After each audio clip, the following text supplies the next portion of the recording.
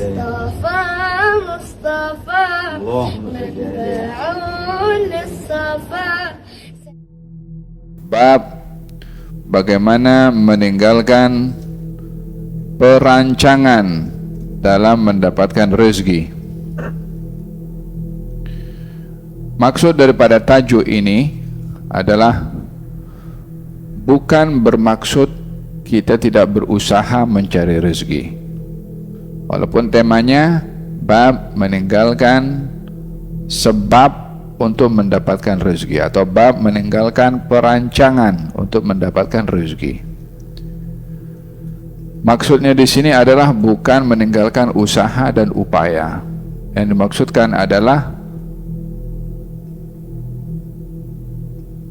meninggalkan rasa tidak percaya kalau rezeki kita dijamin oleh Allah. Jangan sampai ada dalam hati ini tak percaya kalau rezeki kita dijamin. Jangan sampai ada keraguan-raguan kalau segala apa yang Allah sudah tentukan dan peruntukkan pada rezeki itu pasti akan diberi oleh Allah Subhanahu wa taala, baik dengan usaha atau tanpa usaha. Apa sebabnya? Disebabkan oleh kerana di dalam hadis Nabi Muhammad sallallahu alaihi wasallam, bahkan dalam Al-Qur'anul Karim, Allah Subhanahu wa taala berfirman,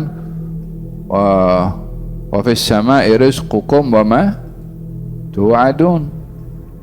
Dan Allah Subhanahu wa taala telah menjamin rezeki kamu di langit, maksudnya sudah dicatat oleh Allah Subhanahu wa taala. Wa fis sama'i rizqukum, di langit rezeki kamu, wa ma tu'adun, dan apa yang Allah janjikan untuk kamu. Maknanya segala sesuatu sudah ditentukan oleh Allah Subhanahu wa taala. Oleh hadza Imam Abdullah bin Al-Haddad mengatakan, "Ghadda min ta'ala birrizqil qawam fil kitabil munzal nurun lil anam." Allah Subhanahu wa taala sudah menjamin untuk kamu ar-rizqil qawam, rezeki yang kamu dengan rezeki itu cukup untuk hidup, rezeki pokok. Qala min ta'ala birizqil qawam fil kitabil munzal nurun lil anam. Seperti mana disebutkan oleh Allah dalam Quran, jaminan rezeki dari Allah. Siapa yang jamin? Allah Subhanahu wa taala. Siapa Allah? Yang ciptakan kita, yang ciptakan alam, yang ciptakan keperluan kita pada rezekinya. Allah sudah jamin. Wa ma min dabbatin fil ardi illa 'ala Allahi rizquha. Qala Allah Subhanahu wa taala dalam Al-Qur'an, wa ma min wa ka'ayyin min dabbatin la tahmilu rizqaha Allahu yarzuquha wa iyyakum wa ka'ayyin min dabbatin la tahmilu rizqaha. Apa saja yang melata di atas muka bumi ini tak dapat menjamin rezekinya sendiri. Allah yarzuquha, Allah yang memberi rezeki kepada semua yang melata. Yani apa? Binatang pun Allah jamin rezekinya. Wa iyyakum, kamu pun manusia aku jamin. Jadi ikan di lautan itu ketika makan ikan yang lain, itu rezeki Allah kasih. Di hutan belantara atau di tempat, kalau kita tengok apa namanya Animal Planet itu, ketika singa itu memangsa kepada, itu rezeki Allah kasih sudah. Paham tak? Semua dijamin rezekinya oleh Allah Subhanahu wa taala, termasuk binatang, apatah lagi manusia. Dan dalam hadis Nabi Muhammad sallallahu alaihi wasallam, Nabi bersabda, yujma'u ahadukum fi batni ummihi 40 laylatan nutfah thumma yakunu mudghatan mithla dhalik thumma yakunu alaqatan mithla dhalik thumma yakunu mudghatan mithla dhalik thumma yursalu ilayhi al-malak wa yu'maru binafkhir ruh wa yu'mar bi 4 kalimat bikatbi rizqihi wa ajalihi wa amalihi wa syaqiyyun aw sa'id. Wasyaqiyan aw sa'id. Allah Subhanahu wa taala mengumpulkan manusia dalam kandungan ibunya dalam 40 hari dalam bentuk air mani. Kemudian bertukar darah. kemudian bertukar daging selama 40 hari, 40 hari, 40 hari. Sebelum adanya sains, Nabi sudah beritahu embrio. Tahu apa itu embrio? Ilmu ajinnah, ilmu kandungan, ilmu janin. Pembentukan manusia dalam perut itu daripada air mani dia bertukar menjadi darah. Daripada darah dia bertukar menjadi daging. Daripada daging barulah terbentuk daripada kakinya, tangannya, lututnya, wajahnya, matanya, telinganya, jantungnya, paru-parunya, semua ginjalnya, semua. Ya subhanallah, keajaiban yang luar biasa ditunjuk oleh Allah kepada manusia. Fi anfusikum afala tubsirun. Tubuh badan manusia yang kecil ni macam ni, orang yang belajar, ada dokter pakar telinga saja, ada dokter pakar hidung, ada dokter pakar mata, ada dokter pakar rongga mulut, ada dokter pakar gigi, ya kan? Ada dokter pakar jantung, ada yang pakar paru-paru, bagian pernapasan, ada yang pakar operation, macam-macam, ada pakar otak. Bentuk satu manusia ni sekian orang yang belajar hanya ambil satu bidang saja. Yang lain, kalau orang yang pakar dalam telinga ini ada masalah dengan pasien pasal jantung, dia tak boleh ubat sendiri, dia tak katanya, dokter pakar jantung, aku ada problem, pasien aku jantung ada masalah, macam mana nak buat? Sediakan riwayat kepada pakarnya. Kalau ilmu ini dalam satu badan saja sekian orang yang pakar kan, yang menjadikan kita itu macam mana kepakarannya, luar biasa. Subhanahu wa ta'ala yang luar biasa dalam menciptakan manusia, diagihkan oleh Allah ilmunya Allah ini kepada mereka dokter pakar sikit-sikit saja. Betapa hebatnya ilmunya Allah ketika menciptakan manusia. Subhanallah. Faham tak? Dijadikan oleh Allah pada tubuh badan manusia ini ada sel. Halus selnya itu, satu saja terkena blok, khalas, jadi problem kepada manusia. Darah mengalir dalam tubuh dan detakan jantung, ada kiraan massa, kalau degupan tu laju sikit ada problem pada jantungnya. Faham dong? Ada tu tekanan darahnya pun mempengaruhi kepada manusia. Manusia tak boleh kontrol. Faham dong? Tapi semua itu tunduk kepada Allah Subhanahu wa taala. Jantung bergerak ada dengan izin Allah. Bila diperintahkan untuk stop, dia stop. Semua berada dalam genggamannya Allah Subhanahu wa ta'ala. Faham tu? Kalau diciptakan sampai 120 hari barulah bertukar menjadi daging. Daging ini akan bertukar, prosesnya nanti akan diberikan tulang pada tengkorak, kepala, tangan, tari jari, semua sampai ke tubuh badan lah. Masa berbentuk daging tu Allah hantarkan malaikat untuk menghembuskan ar-ruh pada usia 120 hari kandungan dalam perut ibu. 120 hari masih kecil saja, masih berbentuk daging, tapi sudah dihembuskan ar-ruh. Faham dong? Menjadi kain hai, menjadi sesuatu yang hidup di dalam, setelah bertukar daripada mani, darah dan juga awal-awal perubahan dengan seketul daging. Faham dong? Kemudian diperintahkan untuk mencatat 4 rezeki, amal, ajal dan juga nasib, adakah baik atau sebaliknya. Bila dicatat saat usia 120 hari dalam kandungan, apa yang dicatat? Rezekinya. Berarti kita semua ini masih kita dalam kandungan, kita punya ibu, kita punya rezeki sudah dicatat oleh Allah, sudah ditentukan oleh Allah Subhanahu wa ta'ala. So kalau Nabi bagi tahu seperti ini, Allah pun bagi tahu itu dalam Quranul Karim, masih ada kok orang boleh ragu-ragu kalau rezekinya dijamin oleh Allah Subhanahu wa ta'ala. Tak boleh ragu-ragu. Sebelum diciptakan pun sudah diberitahu oleh Allah Subhanahu wa ta'ala. Cuma adakah bermakna kalau rezeki itu dijamin kita tak bekerja? Of kos? Tidak. Kita kena bekerja. Faham tak? Sebab kerja itu diperintahkan oleh Allah kita mencari rezeki semata-mata bukan karena mencari rezeki itu pasti mendapatkan rezeki yang dicari, belum tentu. Tapi kita memahami mencari rezeki itu ibadah, maka kita pun berusaha untuk mencari rezeki. Dapat tak dapat itu bergantung kepada agihan dan peruntukan yang diberi oleh Allah Subhanahu wa taala. Tapi usaha untuk mencari rezeki tetap kita berusaha.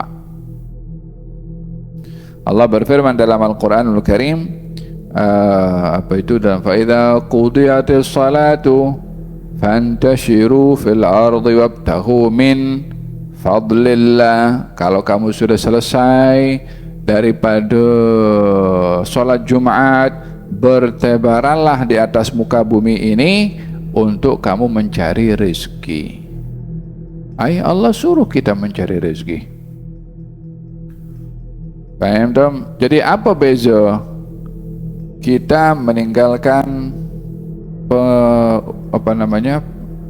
pengurusan rezeki dengan kita perlu untuk mengurus dan bekerja mencari rezeki? Bezanya adalah dalam ketergantungan dan memahami sebab usaha kerja mencari rezeki dan juga keyakinan kalau rezeki itu dijamin.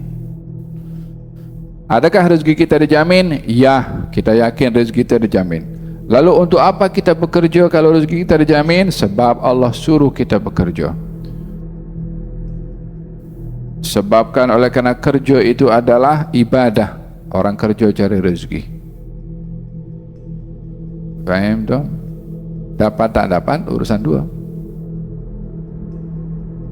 Kadang-kadang orang keluar daripada rumahnya mencari rezeki, balik rumah dia tak dapat apa-apa kerja, tak dapat apa-apa rezeki. Tetap keluarnya dia itu sudah dikira sebagai satu ibadah, sebabkan mencari rezeki. Faham tom? Jadi jangan keliru antara usaha mencari rezeki dengan berkeyakinan kalau rezeki itu sudah dijamin oleh Allah Subhanahu wa ta'ala. Dan rezeki ini ada macam-macam. Rezeki tak semestinya duit. Rezeki tak semestinya makan minum. Sehat itu rezeki, ilmu itu rezeki, anak itu rezeki, kemudahan yang diberi oleh Allah itu rezeki, pasangan rezeki, rumah rezeki. Jadi rezeki ini maknanya luas. Turunnya hujan rezeki, adanya matahari rezeki. Walihada Nabi sallallahu alaihi wasallam berdoa setiap pagi, Allahumma ma asbaha bi min ni'matin aw bi ahadin min khalqika faminka wahdaka la syarika lak falakal hamdu wa lakal syukru.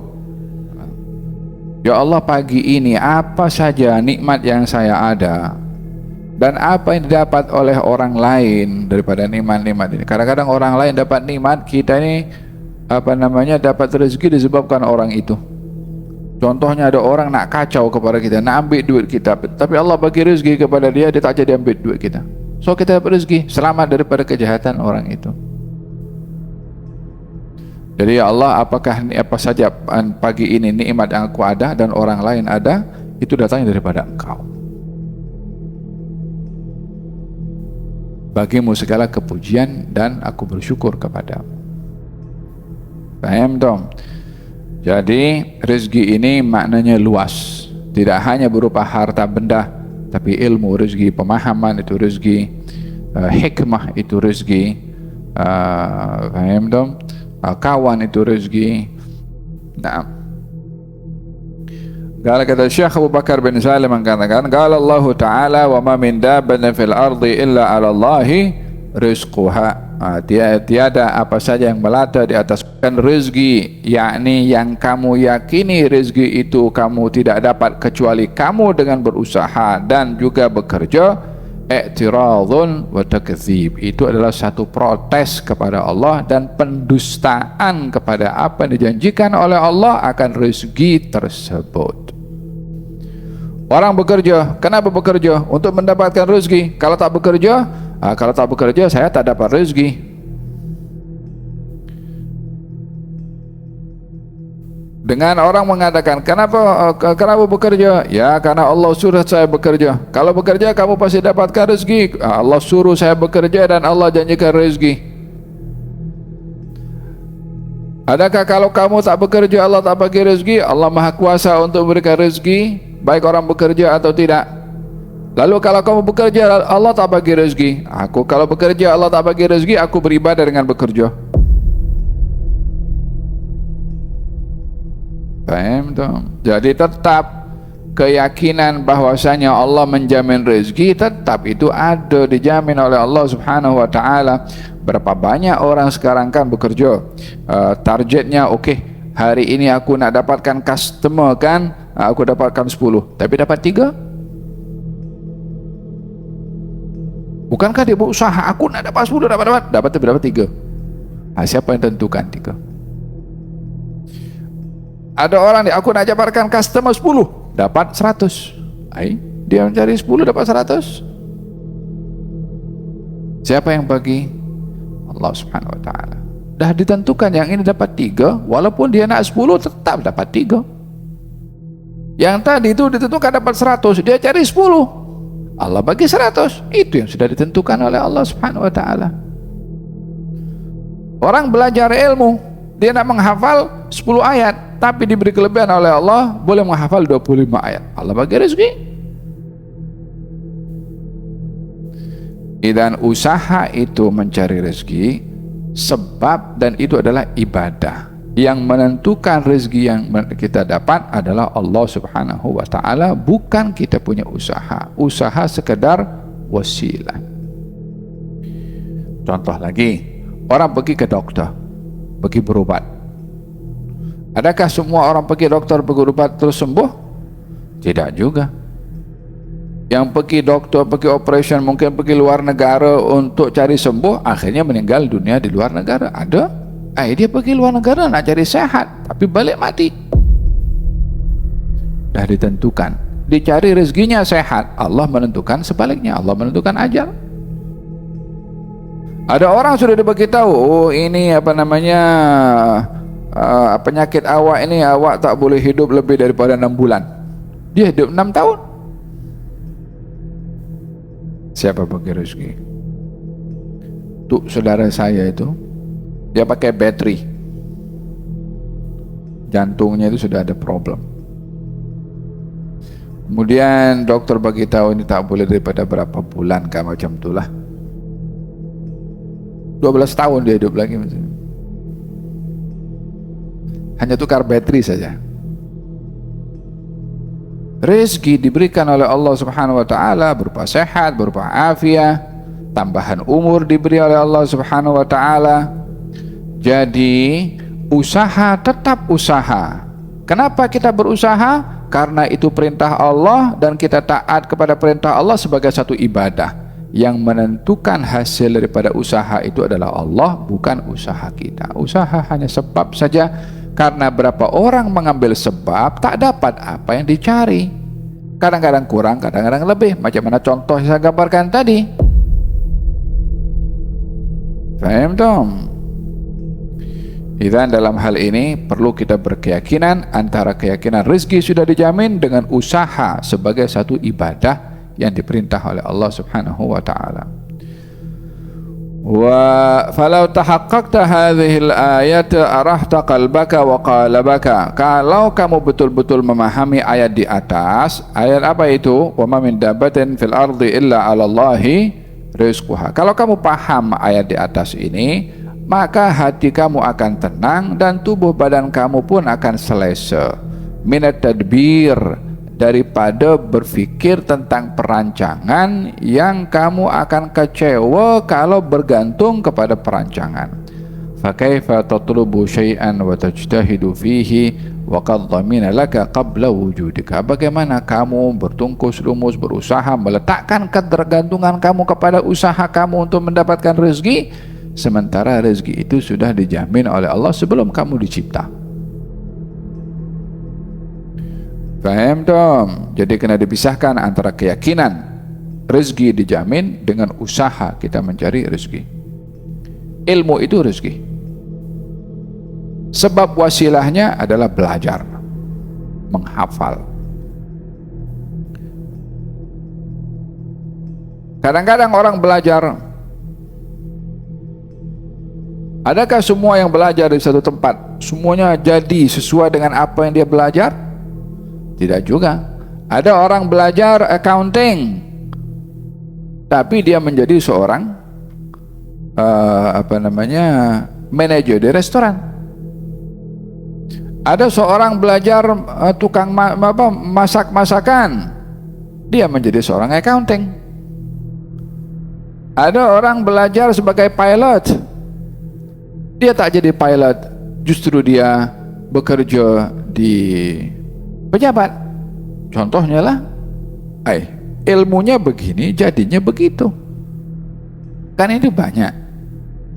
Orang belajar di madrasah tujuannya nak jadi orang alim, ternyata dia menjadi petugas-petugas di pejabat-pejabat, atau dia bekerja dekat airline, atau dia bekerja sebagai mutawif dan seterusnya.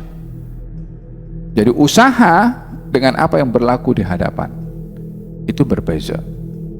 Walaupun kebanyakannya orang belajar ilmu agama adalah menjadi orang yang alim dalam agama.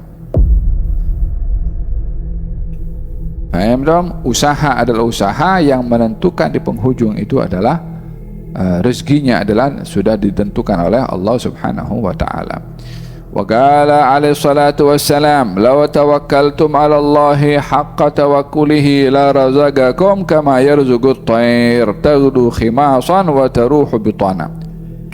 Kalau kamu bertawakal dengan sebenar-benar tawakal kepada Allah, maka Allah akan menganugerahkan kepada kamu rezeki seperti mana Allah memberi rezeki kepada seekor burung keluar daripada sangkarnya atau daripada sangkarnya dalam keadaan lapar, kembali di waktu petang dalam keadaan kenyang.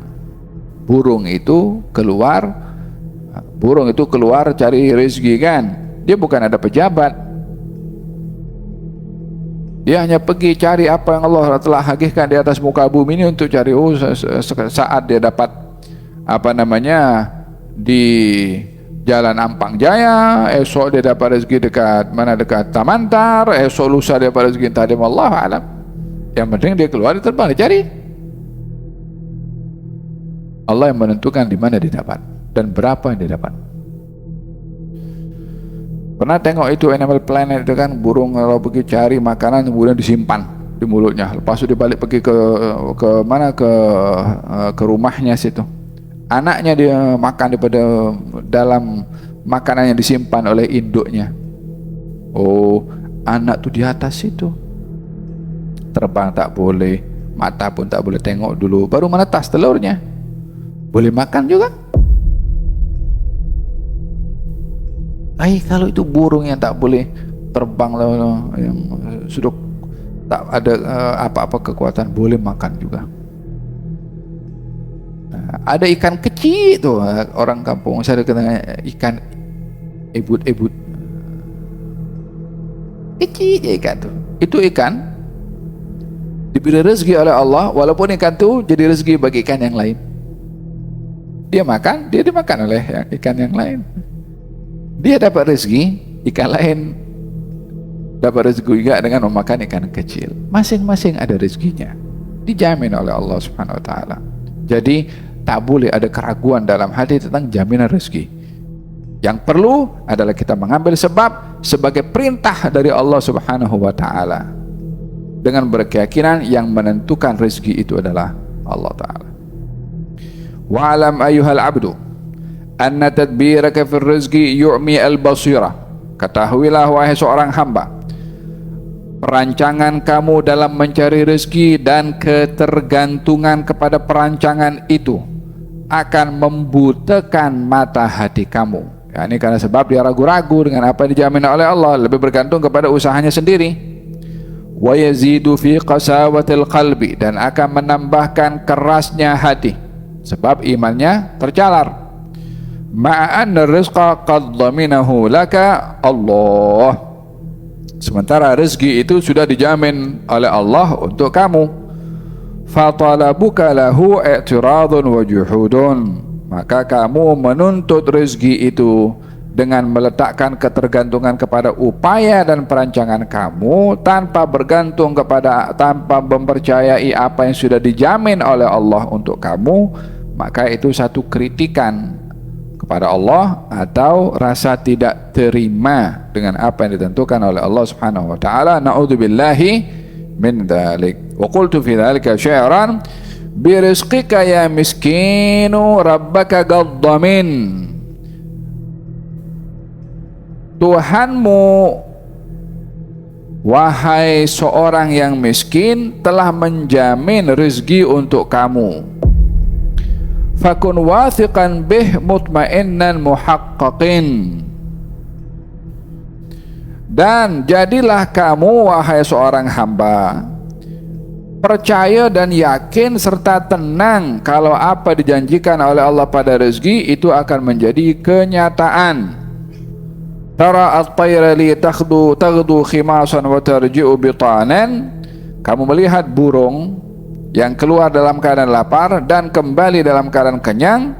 Wa anta aidan bidzaka musaddiqu, maka seharusnya kamu dengan melihat kejadian burung itu dapat rezeki, kamu kena percaya juga kalau kamu sudah dijamin juga rezekinya oleh Allah Ta'ala. Wa qad qaddara al-arzaqa min qabli khalqina, Allah telah menjamin rezeki sebelum kita dicipta.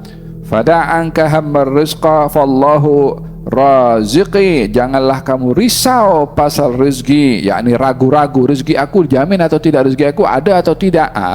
Itu apa namanya, kerisauan yang tak berasas, karena Allah sudah jamin sebelum kita dicipta. Farizqu fallahu raziqi, sementara Allah adalah yang menjamin rezeki.